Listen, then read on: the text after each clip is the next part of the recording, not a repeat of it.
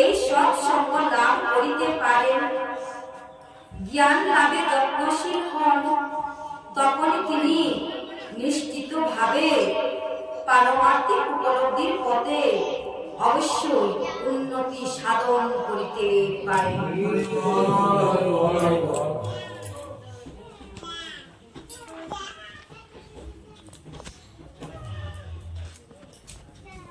রাজবিদ্যা রাজগুজ্জম পবিত্রমিদমোত্তমম প্রাত্যক্ষ অভগমম ধরেমং সুশুকম কর্তুম অভয়ম।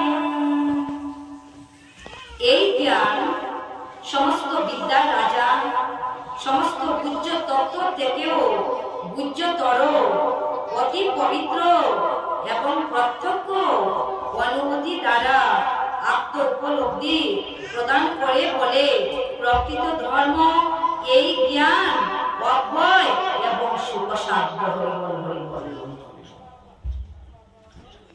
আমি এই কথা এই শ্লোকের মধ্যে দিয়ে ছোট্ট আমি একটু উপমা দিচ্ছি। ঠিক আছে, এই যে বলছে এই যে শ্রীমদ্ ভগবত গীতার জ্ঞান সমস্ত বিদ্যার রাজা, গোপন থেকে গোপনীয় বস্তু, গুহ্য থেকে গুহ্যতর এবং অত্যন্ত পবিত্র, এই জ্ঞান যদি কোনো ভক্ত উপলব্ধি করিতে পারে তাহলে সেই ধর্মই প্রকৃত ধর্ম। গীতায় বলছে বাবা, যাত্রার মুখের কথা নয়, স্বয়ং ভগবানের উপনিষদ বাণী শ্রীমদ্ ভাগবত গীতা। একদা বৃন্দাবন থেকে মথুরায় দুগ্ধ প্রসার নিয়ে এক গোয়ালিনী মা যেতেন দুগ্ধ বিক্রি করার জন্য। তো প্রতিদিন সর্বপ্রথমে গোয়ালিনী মা এক সাধু বাবার মন্দিরে নিয়ে ধূপ দিতেন। তিনিও কিঞ্চিত মাত্র পরিধি কিনে রাখতেন, কিন্তু সর্বপ্রথম এই ধূপ দিতেন তিনি সাধু বাবার আশ্রমে, যাহাতে গোপালী কৃষ্ণের সেবা হয় সেই ধূপ দিয়ে। তারপর তিনি হাটে যেতেন। এরকম ভাবে তিনি প্রতিনিয়ত ধূপ বিক্রি করতেন, আর এই টাকা দিয়েই আমার মায়ের সংসারটা চলত। একদিন যখন দুধ নিয়ে সাধু বাবার আশ্রমে গেলেন, তখন সাধু বাবা বললেন, মা, আজ আমাদের আশ্রমে শ্রীমদ্ ভাগবতের পাঠ হবে, আলোচনা হবে। হাট থেকে যাওয়ার সময় আসলে এসে কৃষ্ণ কথা শ্রবণ করবেন এবং ভগবানের প্রসাদ পাবেন। তো আমার গোয়ালিনী মা সাধু বাবার কথা মনে রেখে হাট থেকে যাওয়ার সময় সাধু বাবার আশ্রমে এসে আপনাদের মতো এই শ্রীমদ্ ভাগবত গীতার আসরে বসে পড়লেন। এই শ্রীমদ্ ভাগবতের আসরে বসলেন, আর এই যে আলোচনা, এই যে শ্লোক সাধু বাবা যখন বলছিলেন যে এ ভবসাগর কবে বালিত, আর শ্রীমদ্ ভাগবতের কৃপায় ভক্ত এই সাগর বালুময় হয়ে যাবে আর হাটিয়া হইবে পার। কারণ কৃষ্ণ গুণবান ভগবান কৃষ্ণচন্দ্রের এতই মহিমা, এতই গুণ ছিল যে ভক্ত অন্তর দিয়ে তা অনুভব করতে পারত। ভগবানের নামের গুণে মহিমায় তিনি অনায়াসে পার হইয়া যাইতেন। আজ এই স্থানে এমতই হল। শেষে যখন মা শ্রবণ করে, অমৃত বাণী শ্রবণ করে তিনি কৃষ্ণময় হয়ে পড়লেন। প্রসাদ পেয়ে ভগবানের তিনি আনন্দ অনুভব করে হরি গুণগান গাইতে গাইতে আনন্দ মনে যেতে লাগলেন। বাহ্যিক জ্ঞান তার ছিল না। সেই হরি নামের গুণ করিতে করিতে কখন যে নিজের অজান্তে যমুনা পার হয়ে বৃন্দাবনে চলে গেল, মা বুঝতেই পারবে। এখন পিছন ফেরে যখন থাকলো, মা দেখে আমার পিছনে যমুনা নদী, কিন্তু আমার কাছে যমুনা পার হওয়ার জন্য যে টাকাটা ছিল সেটা তো আমার হাতেই রয়ে গেল। আমি কি করে পার হলাম? নামের এতই মহিমা, এতই গুণ, আমার গোয়ালিনী মা অনায়াসে পার হয়ে আসতে পারলেন। এবার মনে মনে বিচার করতে লাগলেন, আমি যখন নামের গুণে অনায়াসে পার হয়ে গেছি, তখন আজকের টাকাটা আমার সংসারে খরচ না করে আমি সেটা গোবিন্দ সেবা, সাধুগুরু বৈষ্ণবের সেবার জন্য আমি সঞ্চয় করে রাখবো। কারণ আমার সংসারটা এমনি ভাবে চলে, আমি কখনো গোবিন্দ সেবা করতে পারি না, আর সাধুগুরু বৈষ্ণবের সেবাও দিতে পারি না। এখন যখন আমি একটি সুযোগ পেয়েছি, এই যমুনা পার হতে আমার তো আর টাকা লাগবে না, সেই টাকাটা আমি প্রতিদিন একটি ভান্ডারে আমি সঞ্চয় রাখব। এরকম করে মার পরদিন যখন প্রভাত হলো, প্রত্যুষে মনে মনে ভাবছে, প্রতিদিন একটু দেরি করে যায়, আমার সাধু বাবার আশ্রমের গোপাল আমার জন্য অপেক্ষা করে বসে থাকে, তখন দুধ নিয়ে যাব, আর সেই দুধ দিয়ে কখন গোবিন্দ সেবা আমার তো আর নৌকাবাজি লাগবে না, কারণ ওরা তো ওদের সময়ে আসবে। আমি ওরা আসার আগেই আমি প্রভাত হলে আমি দুধ নিয়ে চলে যাব সাধু বাবার আশ্রমে।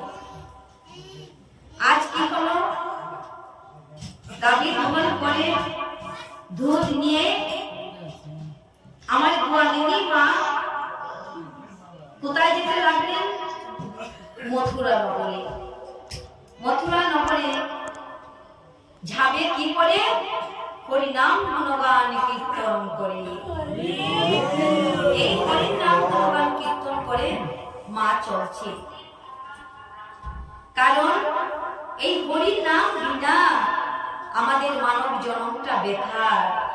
এই কৃষ্ণ নাম বিনা আমাদের এই মানব জীবনটা অসার। গুরুর কৃপা বিনা আমাদের মানব জন্মটা বেকার।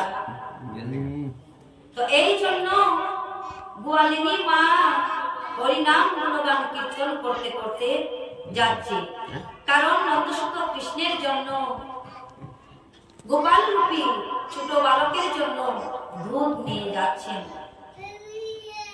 তো এইভাবে যখন গিয়ে পৌঁছলেন, সাধু বাবা মনে মনে অবাক দৃষ্টিতে তাকিয়ে রইলেন, যে আশ্চর্যের বিষয়, তো এখনো তো যমুনা নদীতে এই খেয়াঘাটে নৌকাবাজি আসেনি, তো এই গোয়ালিনী মা কি করে আসলেন? তো বলছে, মা তুমি কি আজ ঘাটে নৌকাবাজি পেয়েছো? বলছে, না সাধু বাবা। বলছে, তাহলে তুমি কি করে আসলে? বলছে, সাধু বাবা কান্না পাটে বলেছো, এ সাগরে হবে বালু চোর আর হাটিয়া হইব পার। এই কথা আমার হৃদয়ে ধরে আমি হাটিয়া হাটিয়া পার হইয়া আসিয়াছি। দিতে পারলেন না সাধু বাবা কথাটা। বলছে, মা হয়তো মিথ্যে বলছে। আচ্ছা যাক, আজকে আমার গোপাল একটু তাড়াতাড়ি দুধ পান করবে, এটাই আমার আনন্দ। এখন মা হাটে গেলেন, সবার আগে দুধের পয়সা নিয়ে সবার আগে দুধ বিক্রি করে চলে এলেন আবার বাড়িতে হবে।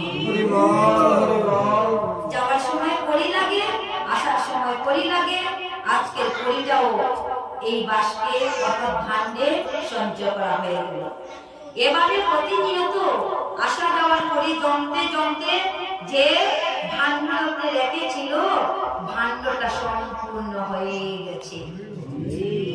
এবার মনে মনে বিচার করতে লাগলেন, আমার ভাণ্ডটা যখন পূর্ণ হয়ে গেছে, এই ভাণ্ডের ধন দিয়ে আমি গোপাল সেবা দেব, সাধু বৈষ্ণবের সেবা।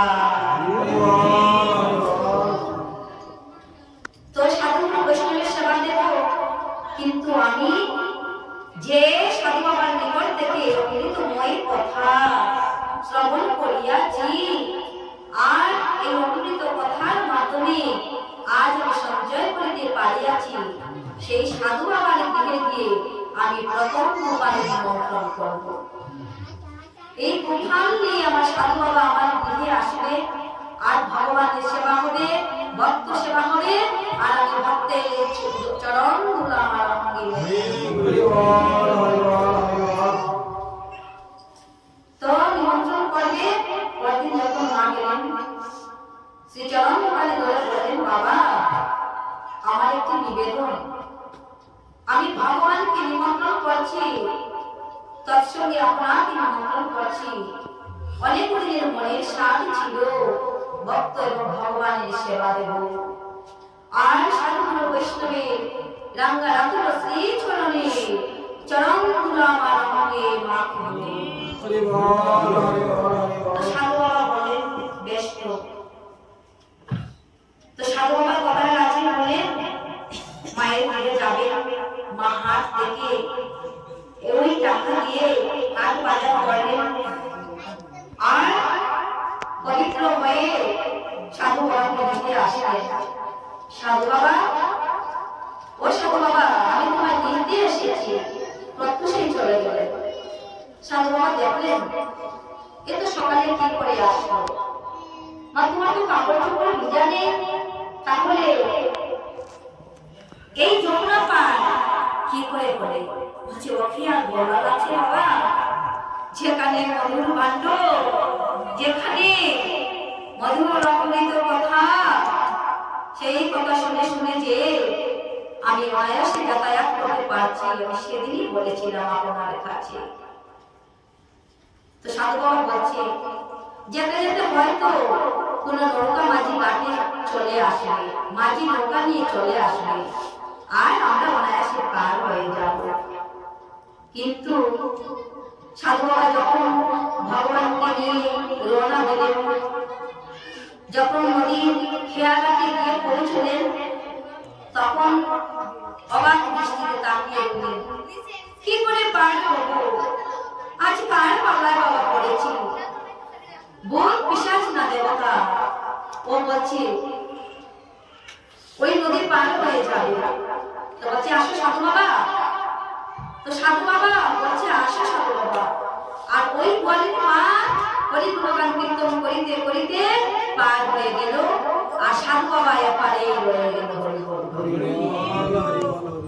কারণ সাধু বাবা ব্যাপারটা ঠিক নিজে গ্রহণ করতে পারছিলেন না, কিন্তু মা কায়কনা চিত্তে গ্রহণ করেছে বলে অনায়াসে পার হয়ে গেল। ওই পারে যাওয়ার পরে যখন পিছনে ফিরে তাকালো, দেখছে সাধু বাবা আসলে ওই পারে রয়ে গেল। আবার চলে আসলো সাধু বাবা কিনতে, যেই দেখলো আবার চলে আসলো, ওই টাইমই চলে আসছে, আমাকে নিয়ে নদীর জলে ছুটিয়ে ছুটিয়ে মারবে। সাধু বাবা চলে যেতে লাগলো নিজের আশ্রমে।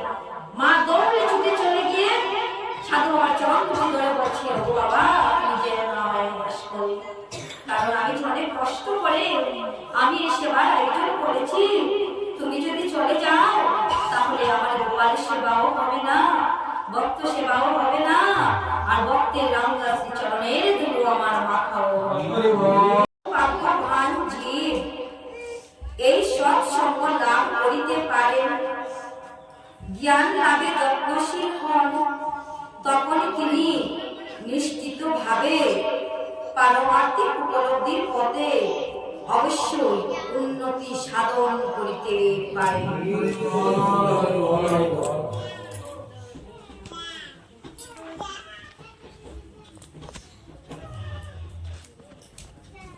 রাজো বিদ্যা রাজগুজ্জম পবিত্রমিদমোত্তমম প্রাত্যক্ষ অভগমম ধরেমম সুশুকম কর্তুম অভয়ম।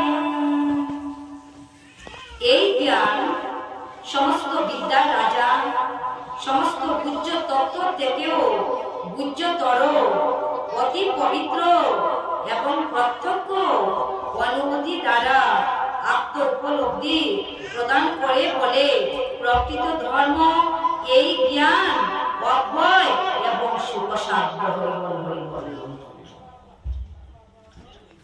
আমি এই কথা এই শ্লোকের মধ্যে দিয়ে ছোট্ট আমি একটু উপমা দিচ্ছি, যদি কেউ কিছু মনে না করেন দিতে পারি কি?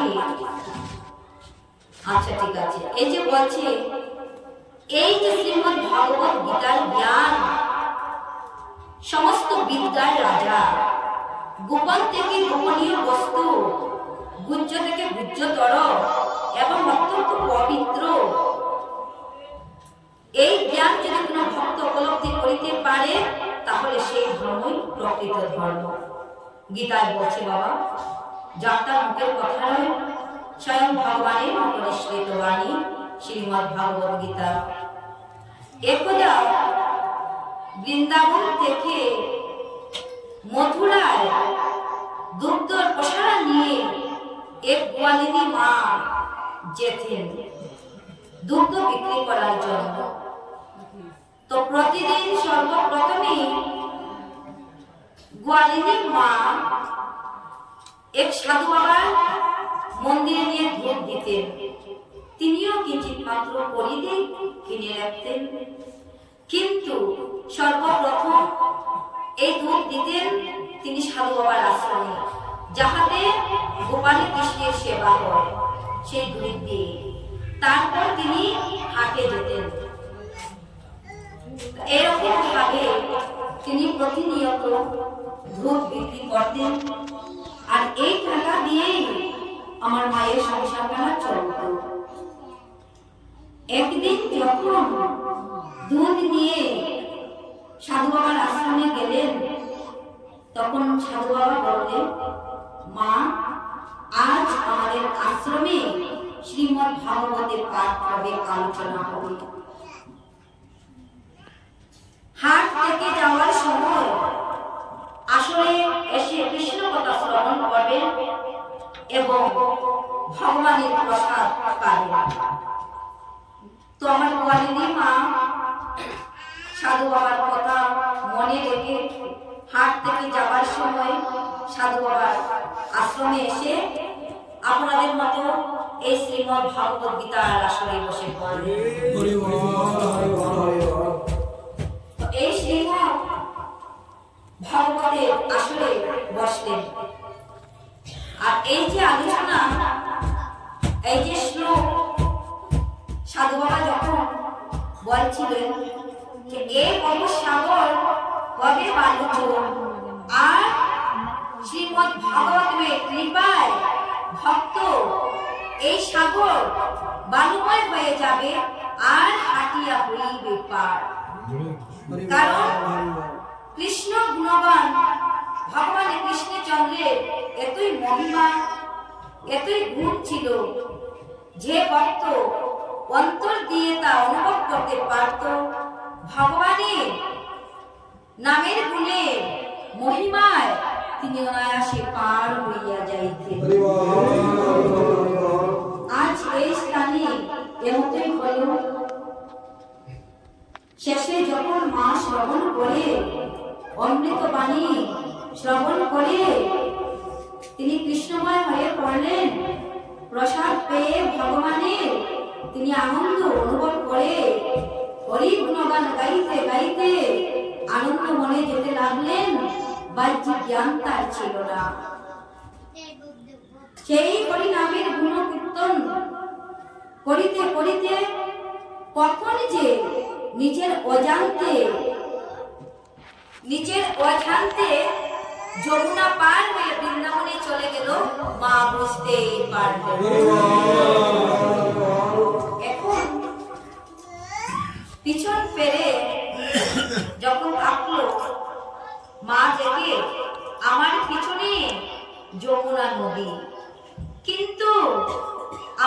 কাছে যমুনা পার হওয়ার জন্য যে টাকাটা ছিল সেটা তো আমার হাতেই রয়ে গেল, আমি কি করে পার হলাম? নামের এতই মহিমা, এতই গুণ, আমার গোয়ালিনী মা অনায়াসে পার হয়ে আসতে পারলেন। এবার মনে মনে বিচার করতে লাগলেন, আমি যখন নামের গুণে অনায়াসে পার হয়ে গেছি, তখন আজকের টাকাটা আমার সংসারে খরচ না করে আমি সেটা গোবিন্দ সেবা, সাধুগুরু বৈষ্ণবের সেবার জন্য আমি সঞ্চয় করে রাখবো। কারণ আমার সংসারটা এমনি ভাবে চলে, আমি কখনো গোবিন্দ সেবা করতে পারি না, আর সাধুগুরু বৈষ্ণবের সেবাও দিতে পারি না। এখন যখন আমি একটি সুযোগ পেয়েছি, এই যমুনা পার হতে আমার তো আর টাকা লাগবে না, সেই টাকাটা আমি প্রতিদিন একটি ভান্ডারে আমি সঞ্চয় রাখব। এরকম করে মার পরদিন যখন প্রভাত হলো, প্রত্যুষে মনে মনে ভাবছে, প্রতিদিন একটু দেরি করে যায়, আমার সাধু বাবার আশ্রমের গোপাল আমার জন্য অপেক্ষা করে বসে থাকে, কখন দুধ নিয়ে যাব, আর সেই দুধ দিয়ে কখন গোবিন্দ সেবা আমার তো আর নৌকাবাজি লাগবে না, কারণ ওরা তো ওদের সময়ে আসবে, আমি ওরা আসার আগেই আমি প্রভাত হলে আমি দুধ নিয়ে চলে যাব সাধু বাবার আশ্রমে।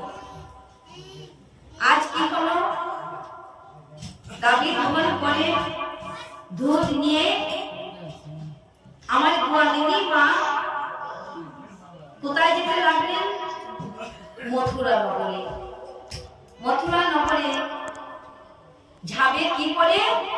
হরিনাম গুণগান কীর্তন করে। এই হরিনাম গুণগান কীর্তন করে মা চলছে, কারণ এই হরির নাম বিনা আমাদের মানব জন্মটা বেকার, এই কৃষ্ণ নাম বিনা আমাদের এই মানব জীবনটা অসার, গুরুর কৃপা বিনা আমাদের মানব জন্মটা বেকার। তো এই জন্য গোয়ালিনী মা হরিনাম গুণগান কীর্তন করতে করতে যাচ্ছে, কারণ নন্দসুত কৃষ্ণের জন্য, গোপাল রূপী ছোট বালকের জন্য দুধ নিয়ে যাচ্ছেন। তো এইভাবে যখন গিয়ে পৌঁছলেন, সাধু বাবা মনে মনে অবাক দৃষ্টিতে তাকিয়ে রইলেন, যে আশ্চর্যের বিষয়, তো এখনো তো যমুনা নদীতে এই খেয়াঘাটে নৌকাবাজি আসেনি, তো এই গোয়ালিনী মা কি করে আসলেন? তো বলছেন, মা তুমি কি আজ রাতে নৌকাবাজি পেয়েছো? বলছে, না সাধু বাবা। বলছে, তাহলে তুমি কি করে আসলে? বলছে, সাধু বাবা কান্না পাঠে বলেছো, এ বলে সাগরে হবে বালু চোর, আর হাতিয়া হইব পার। এই কথা আমার হৃদয়ে ধরে আমি হাতিয়া হাতিয়া পার হইয়া আসিয়াছি। দিতে পারলেন না সাধু বাবা কথাটা। বলছে, মা হয়তো মিথ্যে বলছি। আচ্ছা যা, আজকে আমার গোপাল একটু তাড়াতাড়ি দুধ পান করবে, এটাই আমার আনন্দ। এখন মা হাটে গেলেন, সবার আগে দুধের পয়সা নিয়ে সবার আগে দুধ বিক্রি করে চলে এলেন আবার বাড়িতে হবে। যাওয়ার সময় কড়ি লাগে, আসার সময় কড়ি লাগে, আজকের কড়িটাও এই বাস্কে অর্থাৎ ভান্ডে সঞ্চয় করা হয়ে গেল। এভাবে প্রতিনিয়ত আসা যাওয়ার করে জমতে জমতে যে ভান্ডতে রেখেছিল, ভান্ডটা সম্পূর্ণ হয়ে গেছে। এবার মনে মনে বিচার করতে লাগলেন, আমার ভান্ডটা যখন পূর্ণ হয়ে গেছে, এই ভান্ডের ধন দিয়ে আমি গোপাল সেবা দেব, সাধু বৈষ্ণবের সেবা। তো সাধু বৈষ্ণবের সেবা দেব, কিন্তু আমি যে সাধু বাবার নিকট থেকে অমৃতময় কথা শ্রবণ করিয়াছি, আর এই অমৃত কথার মাধ্যমে আজ আমি সঞ্চয় করিতে পারিয়াছি, সেই সাধু বাবার গৃহে গিয়ে আমি প্রথম গোপালের নিমন্ত্রণ করব। এই গোপাল নিয়ে আমার সাধু বাবা আমার গৃহে আসবে, আর ভগবানের সেবা হবে, ভক্ত সেবা হবে, আর আমি ভক্তের চরণ ধুলো আমার অঙ্গে। তো নিমন্ত্রণ করবে। পরদিন যখন মা গেলেন, শ্রীচরণ গোপালে ধরে বললেন, বাবা আমার একটি নিবেদন, আমি ভগবানকে নিমন্ত্রণ করছি, তৎসঙ্গে আপনাকে নিমন্ত্রণ করছি। অনেক দিনের মনের স্বাদ ছিল ভক্ত এবং ভগবানের সেবা দেব, আর সাধু বৈষ্ণবের রাঙ্গারাতুল শ্রী চরণে চরণ ধুলো আমার অঙ্গে মাখিবে। সাধু বাবা বলেন, বেশ। তো সাধু বাবার কথা আছে বলেন, মায়ের ঘরে যাবে, মা হাত থেকে ওই টাকা দিয়ে হাত বাজার করলেন, আর পবিত্র হয়ে সাধু বাবার মধ্যে আসলেন। সাধু বাবা, ও সাধু বাবা, আমি তোমায় নিতে এসেছি। প্রত্যুষেই চলে গেলেন। সাধু বাবা দেখলেন, এ তো সকালে কি করে আসলো, মা তোমার তো কাপড় চোপড় ভিজা নেই, তাহলে এই যমুনা পার কি করে করে? বলছে, ও কি আর বলার আছে বাবা, যেখানে মধুর ভাণ্ড, যেখানে মধুর অমৃত কথা, সেই কথা শুনে শুনে যে আমি অনায়াসে যাতায়াত করতে পারছি, আমি সেদিনই বলেছিলাম আপনার কাছে। তো সাধু বাবা বলছে, যেতে যেতে হয়তো কোন নৌকা মাঝি ঘাটে চলে আসবে, মাঝি নৌকা নিয়ে চলে আসবে, আর আমরা অনায়াসে পার হয়ে যাব।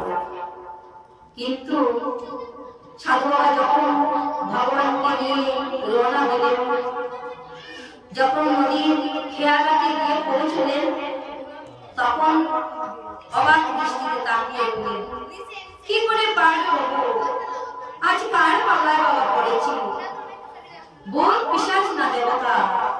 ও বলছে ওই নদী পার হয়ে যাবে। তো বলছে, আসো সাধু বাবা। তো সাধু বাবা বলছে, আসো সাধু বাবা। আর ওই বলেন মা হরি গুণগান কীর্তন করিতে করিতে পার হয়ে গেল, আর সাধু বাবা এপারে রয়ে গেল। কারণ সাধু বাবা ব্যাপারটা ঠিক নিজে গ্রহণ করতে পারছিলেন না, কিন্তু মা কায়না চিত্তে গ্রহণ করেছে বলে অনায়াসে পার হয়ে গেল। ওই পারে যাওয়ার পরে যখন পিছনে ফিরে তাকালো, দেখছে সাধু বাবা আসলে ওই পারে রয়ে গেল। আবার চলে আসলো সাধু বাবা কিনতে, যেই দেখলো আবার চলে আসলো, ওই টাইমই চলে আসছে, আমাকে নিয়ে নদীর জলে ছুটে ছুটে মারবে। সাধু বাবা চলে যেতে লাগলো নিজের আশ্রমে। মা দৌড়ে ছুটে চলে গিয়ে সাধু বাবার চরণ ধরে বলছে, ও বাবা নিজের নামায় নিবাস করি, কারণ আমি অনেক কষ্ট করে আমি এই সেবার আয়োজন করেছি, তুমি যদি চলে যাও তাহলে আমার গোপাল সেবাও হবে না, ভক্ত সেবাও হবে না, আর ভক্তের রামদাস চরণের ধুলো আমার মাথাও